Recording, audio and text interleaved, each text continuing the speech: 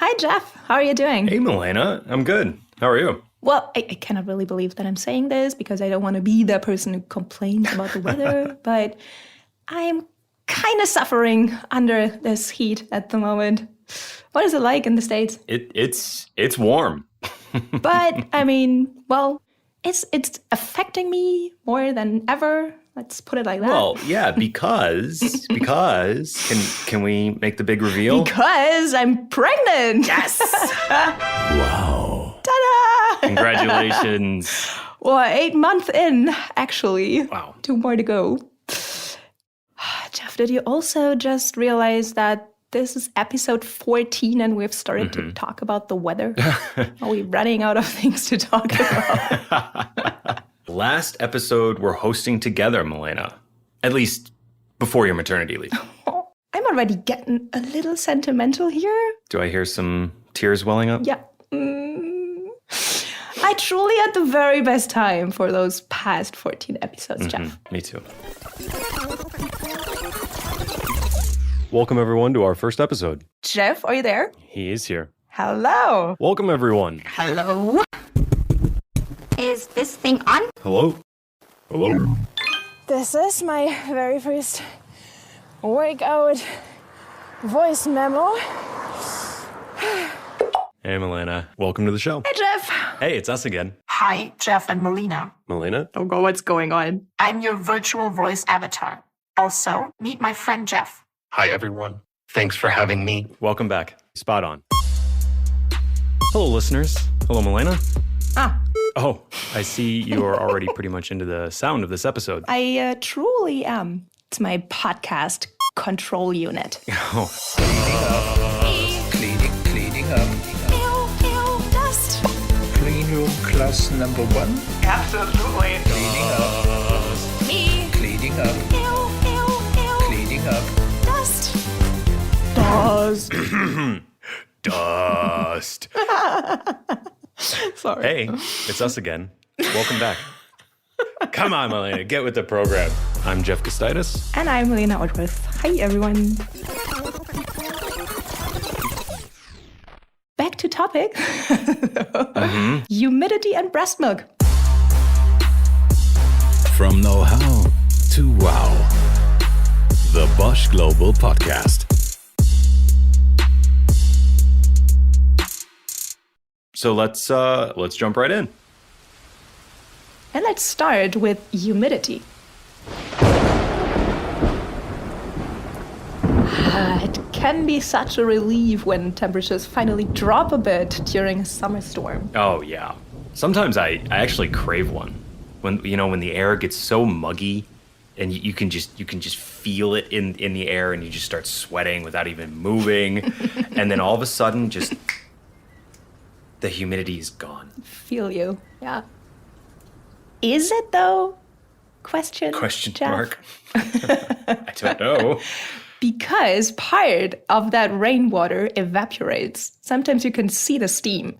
So it seems to be getting even more humid. The answer is it's complicated, as usual. Of course it is. So please enlighten me. What is more important than humidity are 2 other values. Relative humidity and the dew point. Okay. I did some research, so let me give you a quick summary. Humidity is simply how much water you have in a volume of air. X grams of water per cubic meter. Okay. But this is not what we can actually feel. What we feel is more related to how saturated the air is with water. And that saturation is different from the grams per volume value? You have to take another factor into account, the temperature. And that is because air can hold more water vapor when it's warmer. Ah, got it. Okay then. You got it? Let me test you. Uh-oh. Why do you get ice building up in your freezer? So you said warmer air can contain more vapor.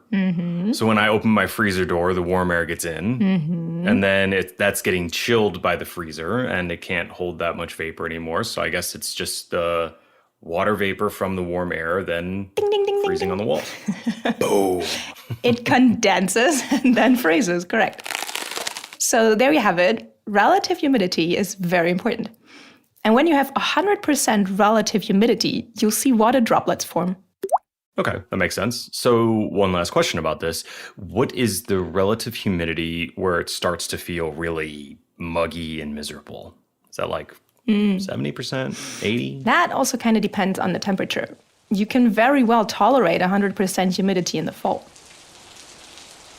That would just mean that it's foggy or misty outside. Yeah, right. Okay, so lots of water in the air there. You can even see it. Thanks for explaining that to me. You're welcome. Have you ever thought, though, about possibly becoming a weather forecaster, Melina? Ha! Not really. Maybe a new But new line of work for you post leave? now that I come to think of it, yeah, it's kind of intriguing. But I do have some job news to share later on. Okay. Well, I'm looking forward to that too. But first, let's hear from Thomas Block. So my name is Thomas Block, and I'm working at Bosch Sensortec as a product manager. And here, especially for environmental products, these includes barometric pressure sensor, humidity and temperature sensors. Before we have him explain how these sensors work, Thomas makes clear that humidity is not only annoying and exhausting and something to complain about in small talk, it's also a health issue. So when it's too high or too low, it can lead to various issues. For example, high humidity levels lead to more bacteria or viruses that cause respiratory infections. Also mold grows. When you have also some allergens, they are surviving better in high humidity environments. And also high humidity levels can increase the levels of chemicals in the air. So, for example, ozone or formaldehyde levels are more severe at high humidity levels. So at, for example, home, when you have a home automation control, and this is also in the area of IoT, Internet of Things, you want to keep this optimum 40 to 60% relative humidity to protect your health and well-being. So first of all, it seems legit for me to complain about the high humidity in Germany. Secondly, God, we've given her an excuse. Great. question. Thomas mentions an optimum of 40 to 60% relative humidity. But how do you measure that? Thomas has got you covered there. One sensor that's popular for this is Bosch Sensortec's BME280. It's just 2.5 by 2.5 millimeters small, and Thomas explains what's going on inside. It's basically a capacitive sensing principle. So you can say it's a chipset where the sensor itself is a hygroscopic layer. Yes, hygroscopic. That means it can absorb water. And it's between two electrodes. So it's basically a plate capacitor. One electrode at the top, one at the bottom, and therefore an electric field between them. The interesting part is what's between the electrodes, the hygroscopic layer. It's what in electrical engineering is called a dielectric material. This dielectric is normally an active polymer layer and absorbing humidity, basically. And due to this absorption, the dielectric properties are changing, and in consequence also the electric capacity of the sensor. An active polymer layer. That means some sort of plastic? It's basically organic components, a micromolecule. In our case, it's much, much more on it. That's basically confidential how it looks like in detail, but it's basically a plastic, yeah. I like that. We went so deep into this sensor that we scratched on the surface of what seems to be some secret substance. Yeah, I mean, but this material, it really is what makes or breaks the sensor. It defines how well the sensor works. What characteristics does this material need to have to make a good humidity sensor? Well, this is where it all comes together, or so I hope. The idea is that the capacitance of the capacitor changes with the changing humidity. So the capacitance depends on the dielectric constant of the material between the electrodes. The higher the dielectric constant, the higher the capacitance. So water has normally a high dielectric constant. And we then choose, and that's also then a challenge for the engineering, that we have a dielectric constant of the polymer, which is much, much smaller. And that means the smaller it is, the higher the sensitivity of the polymer, the better and also more accurate and faster you measure the humidity in the air.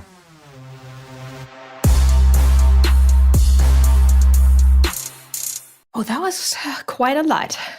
But I think I got it. I'm very glad to hear that. And you, dear listener, did you get it as well? If not, don't worry. The rest of this episode will still make sense. In essence, humidity changes the capacitance. And this is measured by electronics. Bonus fact, the dielectric reacts in a linear way to the changing humidity. That makes it easy to determine the humidity itself. Okay. Oh yeah, thanks for the summary, Jeff. That was very helpful. Try. I just have one very important question. Does the sensor measure absolute humidity or relative humidity? Very perceptive question, Melina. Oh, is it? No, really. It's a good question. It's important. I think you and Thomas are very well aligned here. Let's take a different tack on this. Do you like beer, Melina? Well, I'd always prefer a glass of wine, but in general, yeah, I guess. The relative humidity depends strongly on temperature. So when, for example, the temperature drops, relative humidity normally increases. You see it when, for example, condensation on a beer bottle means relative humidity is more than 100%. But you have to know 1 degree change in the air typically automatically would change the relative humidity value by 2.5%. And that's a lot. So when you would have a mismatch in temperature measurement, you would also have a mismatch in relative humidity measurement. I was listening, but I got distracted just thinking of an ice cold bottle of beer. That was ages ago that I had one. Of course. I'm sorry. I'm not quite sure when I'd be able to have one again. But please, Thomas, continue. It's very important to measure the right temperature. And here we are talking about accuracies of plus minus 0.5 maximum. And that's also takes a lot of efforts to ensure a high accuracy of the temperature sensor. That sensor that we've been talking about, the BME280, it's not only a humidity sensor. It's also a thermometer, and you get a pressure sensor on top. Oh, wow. Really? And it's still only 2.5 millimeters in size. That's right. All that stuff in that little tiny package. And now comes a challenge. So you want to measure the ambient humidity, maybe the ambient temperature, but the sensor is in a device. So you can think of a smartwatch, even a smartphone or some other devices where you have other components on the PCB. For our listeners, PCB is printed circuit board. And what does it mean when there is a microcontroller close to a humidity sensor? It would heat up the temperature sensor. So you would not measure the ambient temperature, you would basically measure the temperature of the components close by. That sounds rather tricky. But also, what about the humidity? You want to measure the humidity outside the device as well. Right. For the humidity, the solution is actually fairly simple. Holes.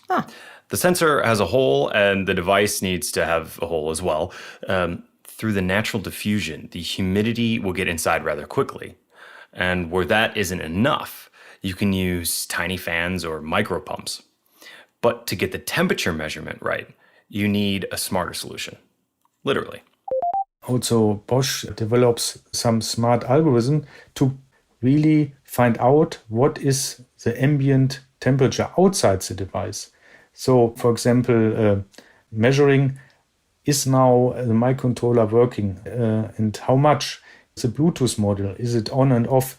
And then you derive a model that you basically can say, okay, also based on the position of the temperature sensor to the other components, I have now a heating effect of 2 degrees, and that you would subtract from the real measurement of the temperature sensor, and then you come close to a real ambient temperature outside the device. So this is only possible with smart algorithms, and also Bosch Sensortec is working on these solutions. That is freaking cool. Wow. Wow. Isn't it fascinating? Not only how much technology you can package into 2.5 millimeters, but also how much know-how goes into tiny components like these? Literally from know-how to wow. Exactly. But did you know, and maybe you did given your current situation, but did you know that a woman's egg cell is only a little over 0.1 millimeters in diameter? Imagine, and now go back to biology. Imagine how much code is stored inside that. That was an unexpected fun fact, Jeff. Yeah, full circle Full of here. surprises. Well, my baby boy has the size of a corn cob now, but still can calculate temperatures. As far as you know, you might have a genius on your hands, Melina. Yes, pretty sure. Yeah. Considering who's his mom. Anyways, so to do these calculations, in order to determine the real outside temperature, Thomas and his team developed a library, which, speaking of data, is about 35 kilobytes. The inputs of the software parameters could be acquired via either the operating system, like the battery, or CPU means processor current, or battery temperature, or you use thermistor measurements for the battery or CPU temperatures. Thermistors are basically temperature sensors on the PCB that sit close to the heat sources. These calculations are done on the microcontroller or the application processor, and they can be adapted to specific use cases. For example, when a customer needs particularly high accuracy.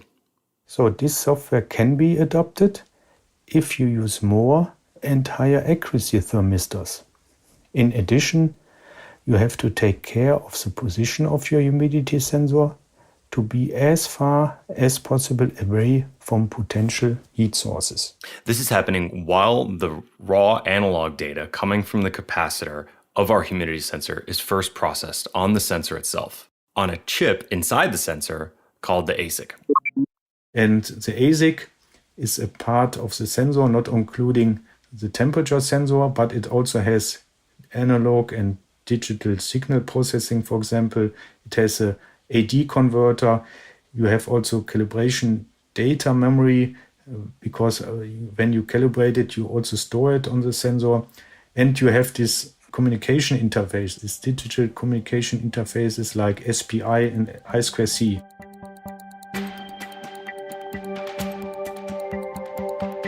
So, Jeff, we started off talking about the weather, which led us to a temperature, pressure, and humidity sensor that is great for weather stations or for smart home systems to control heat, air conditioning, and humidification of your living spaces. Or your wine cellar, Oh, I wish. for example. Yeah. But what is also fascinating is that now that this technology is available, people come up with totally unexpected applications. Some of our own developed this idea, a team at Bosch Vietnam in Ho Chi Minh City. I would like to introduce you to one of them. My name is Đinh Thị Kim Thoa. People call me Thoa. And currently I'm the senior delivery manager in ABVS, one of the location of Bosch. I manage the software team here. One of the projects that Thoa works on is called Milky Way. It is specifically targeted at mothers in Vietnam. Normally, we have 6 months of maternity leave. And if you want to continue to feed your baby by your breast milk, your office should support you somewhere to pump the milk during your working hours. And then you need to have the fridge to store the milk. But Thoa says that many companies in Vietnam don't have lactation rooms where mothers can pump breast milk in private. And often, even an appropriate fridge to safely store it is also not available. And it doesn't end there. You need to carry the milk home and keep it cool, and commutes are often long. And, well, considering that we're speaking about Vietnam here, the temperature's high. So you need ice packs, and so on. I think you get the idea. It's a lot of effort. Yeah, that sounds not simple. And even though, as far as I know, it's very common in Vietnam for women and mothers to work, right? More common than in Europe and the rest of the world, at least. Yeah, that's right. According to the World Bank, 73% of Vietnamese women are working. The global average is 47%. In the EU, it's 51, and in the US, it's 57. So with that in mind... And the idea came, we want to encourage the mother, make them more comfortable when back to work, and have them more closer with their child, even they're back to work.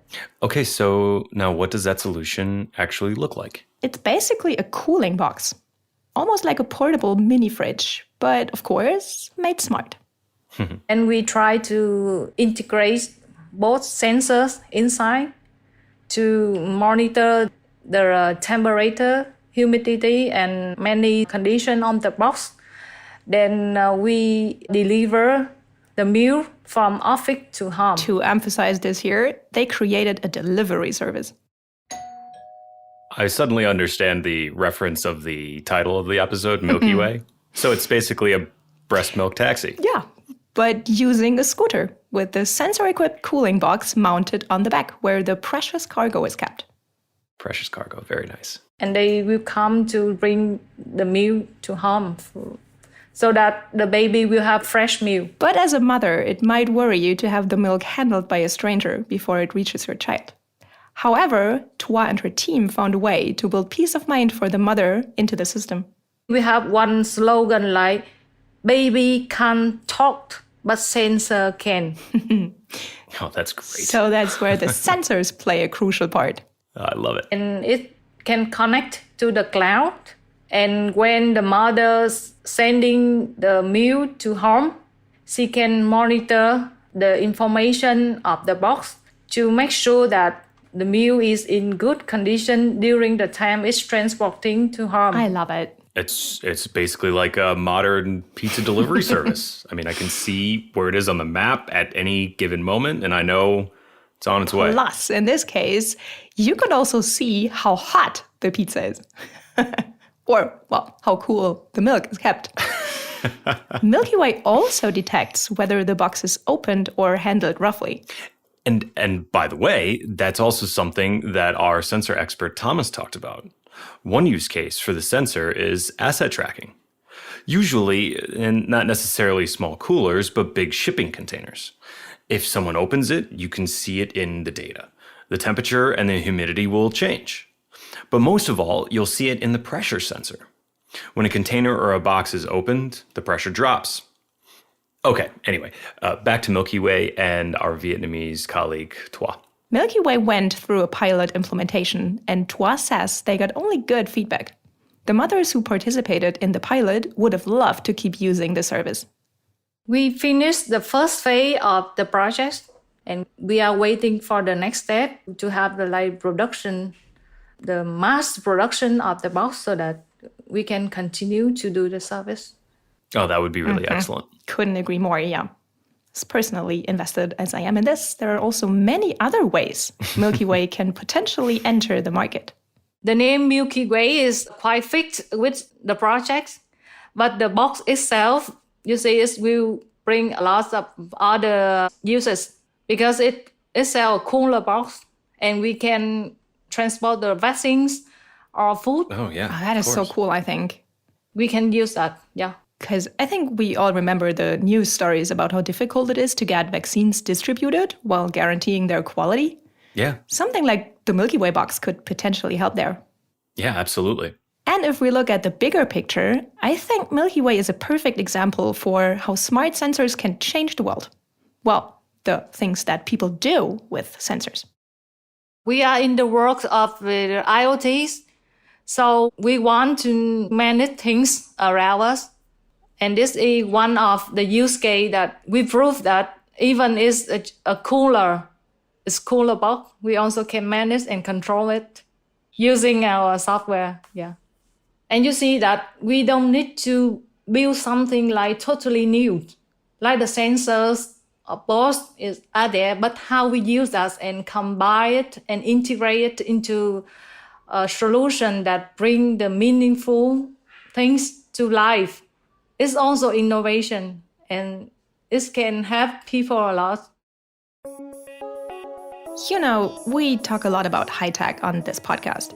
And of course, the sensors themselves are high tech, with smart algorithms and everything. But with these high tech building blocks, people can create relatively simple but super useful innovations. Yeah, exactly. And that's really an important part. And actually, Bosch actively supports this. Here's our sensor expert, Thomas Block again, talking about how accessible these products are for hobbyists who would like to tinker with them. Of sensors, and especially humidity sensors, are very popular for these hobbyists. Also in schools for children to get aware of sensors, to build their own board, to build their own air quality device. And we also support this. We work together with schools. So we were very happy that our sensors, which are normally in high-end smartphones, in these very well-known devices, that also private people can buy our sensors at our distribution partners and play with our sensors and maybe invent a new application which can help to solve a problem in the world. Is it really that easy to use these sensors though? I mean, it's not plug and play. They don't have a USB port or something like that. No, you can't use plug and play, a reference here. But someone with a fair degree of technical experience or who has already some technical knowledge on these can easily hook up a sensor to them. Bosch supplies reference designs, in fact, to companies who produce small logic boards with these sensors on them. Cool. The sensors are now so small but also so sophisticated that it's very, very easy to get it running. And then you directly can measure the output of a sensor like a BME280. And just for the record, these boards are relatively inexpensive. They cost in the range of $10 to $15. Oh, nice. Can you imagine also, Milena, that your child will someday play with these at school? That'd be really cool, wouldn't it? Sure, yeah. That would be totally awesome. I mean, as mentioned, he'll be a super smart kid anyways. Aber we already figured out. And since we're already kind of speaking towards the future, Milena. Yes, Jeff, I think it's time to lift the curtain. Hi, Shuko. Bonjour, Jeff. Bonjour, Milena. Nice to meet you. Oh, God, a third language has entered the chat. Fantastic. Listeners, this is Shuko. Shuko, meet our dear listeners. Bonjour, listeners. It's nice to meet you all as well. So Shuko is our new co-host on this fantastic show and will be pseudo replacing Milena while she's on parental leave. Shuko, you want to introduce yourself a little more to our listeners? Sure. So as you guys have already heard, my name is Shuko, and I'm a project manager in the department for trade fair and events at Bosch. Okay. We are responsible for organizing and conceptualizing the Bosch presence at major trade fairs and events around the globe, like the IAA in Munich, or the Consumer Electronics Show in Las Vegas, or the Auto Shanghai in China. Oh, cool. But then I guess with the trade fairs, you probably get to travel around a lot, right? Well, usually, yes, I would say, but... Usually, right. 2020 notwithstanding, of course. Exactly. Can you just tell our listeners where you're calling in from right now? I'm actually calling, or I should actually say hola, Jeff, because I am calling from Spain, where I'm currently on vacation at my parents'. Thank you so much for taking the time to call in during your vacation. So figuring that you have done some considerable travel, but you've done it, I understand, outside of work as well, because I don't think you're from around here exactly, right? Well, what is around here, Jeff? Because you're also an international part let's say Europe. of the podcast. So yes, I'm actually half French, half Japanese, and have been living in Stuttgart or in Germany for the past 4 years. However, yes, traveling and moving around is in, I would say, our family's DNA. I see that. I see that. So then bringing you into the content of today's show, since you've been around the most, where would you say you experienced the most intense humidity? So most intense humidity I've experienced would probably be in Japan or in Indonesia. So half of my family is Japanese, and I was born in Indonesia. And those two countries are definitely, especially in the summer periods, July, August, extremely high humidity countries. And I would definitely not recommend should you want to go during those times, maybe to visit those countries during those high humidity periods. Could always be worse. Or the grass is always greener, you know? Oh, guys, you cannot believe how much I'm looking forward to just sitting there during my parental leave and listen to both of you. That would be great. Okay, I'm out. Dropping the mic. Bye. Only for now. Thank you very much for this very warm welcome, and all the best to you and your baby, Milena. I'm pretty sure it's going to be one of the best and also most challenging projects that you will undertake. Oh, I don't think we could have picked a better co-host. It's so great that you're here. No. Before you switch off your microphone and hand it over to Shuko, we have a little present for you. Because not only I wanted to say thank you to you, Milena, but generally this has been such an interesting project for us, starting not even really knowing each other. Oh, God, yes. Thank you so much. Not really. We were basically strangers. But now we're very close friends, and I couldn't be more excited. So, to show our appreciation for you and to really show how much we're going to miss you, we have a little something. Hi Melina, this is Jonas from Budapest. I'm a big fan of your show. I really learned a lot about all those cool things that we do at Bosch, and having a podcast like this really makes me proud to be part of the Bosch family. So thank you so much for making this happen and for all your passion and humor that you put into creating the podcast. And now I wish you all the best for the time ahead. Hi Melina, this is Mareike from Germany. I will miss your laughter and good-humored way to find out secrets of science. I wish you all the best for you and your family and hope to hear you soon. Oh, yeah. Ciao, Melina. I'm Christian from Hanover, Germany. My favorite episode with you was all about Formula E. As a Formula E fanboy, I love to learn about its background as well as its new challenges for both drivers and cars. I want to thank you for your entertaining way of explaining complex things for easy understanding and giving me both know-how and wow. I will miss your smart inputs and gadget love. I wish you all the best and that your little one will be as fun and entertaining as you. Stay healthy. Yours, Christian. Hi, I'm Olga from CS Connected Mobility in Ludwigsburg. And right now I'm sitting in the train.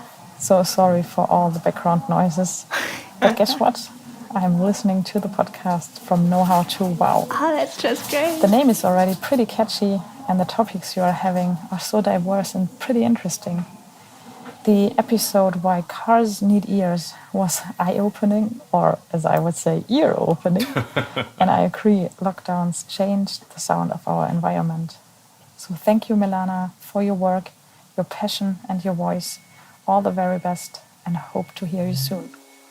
Hey Melina, this is Lucas. Thanks for your activity and your great show on Bosch Center. We will miss you. Have a great time at maternity leave and keep it rocking. Hello, dear Milena. It's a pleasure to speak to you. This is Bruno from Campinas, Brazil. I really appreciate your performance in the song Don't Touch Me, Don't Look at Me, Don't Shake Me, Dust. Very, very fun. Oh, God. Did you get some dust in your eyes? Well, we're emotional too. Oh, my God. I'm not crying. You're crying. Because we're so happy for you, and we're so looking forward to your growing family and hearing all about it when you return. World's youngest podcaster? I like that. You know that I'm pregnant, right? So I'm super emotional anyways. Well. Oh. We'll hear you soon, Melina. Considering that he'll be a genius, you could have him as a co-host, guest, whatever, I think, after like 12 months. Latest, yeah. No pressure. Oh, thank you so much, guys. I'm speechless, and you know that doesn't happen very often. Thank you so much. Bye, Jeff. Bye, Shuko, and thanks to everyone who took part in this wonderful project and supported me and Jeff in doing what we were doing for the past 14 episodes. Really, it was a fantastic journey. See you and talk to you soon. Bye, everyone. Dust. Time to say goodbye. Still waiting for that musical episode, by the way. Well, still wanted to do that when I'm back. Yeah. We'll hear you soon, Melina. Thank you. See you soon, Milena. Okay, guys. I'm out. From know-how to wow. The Bosch Global Podcast.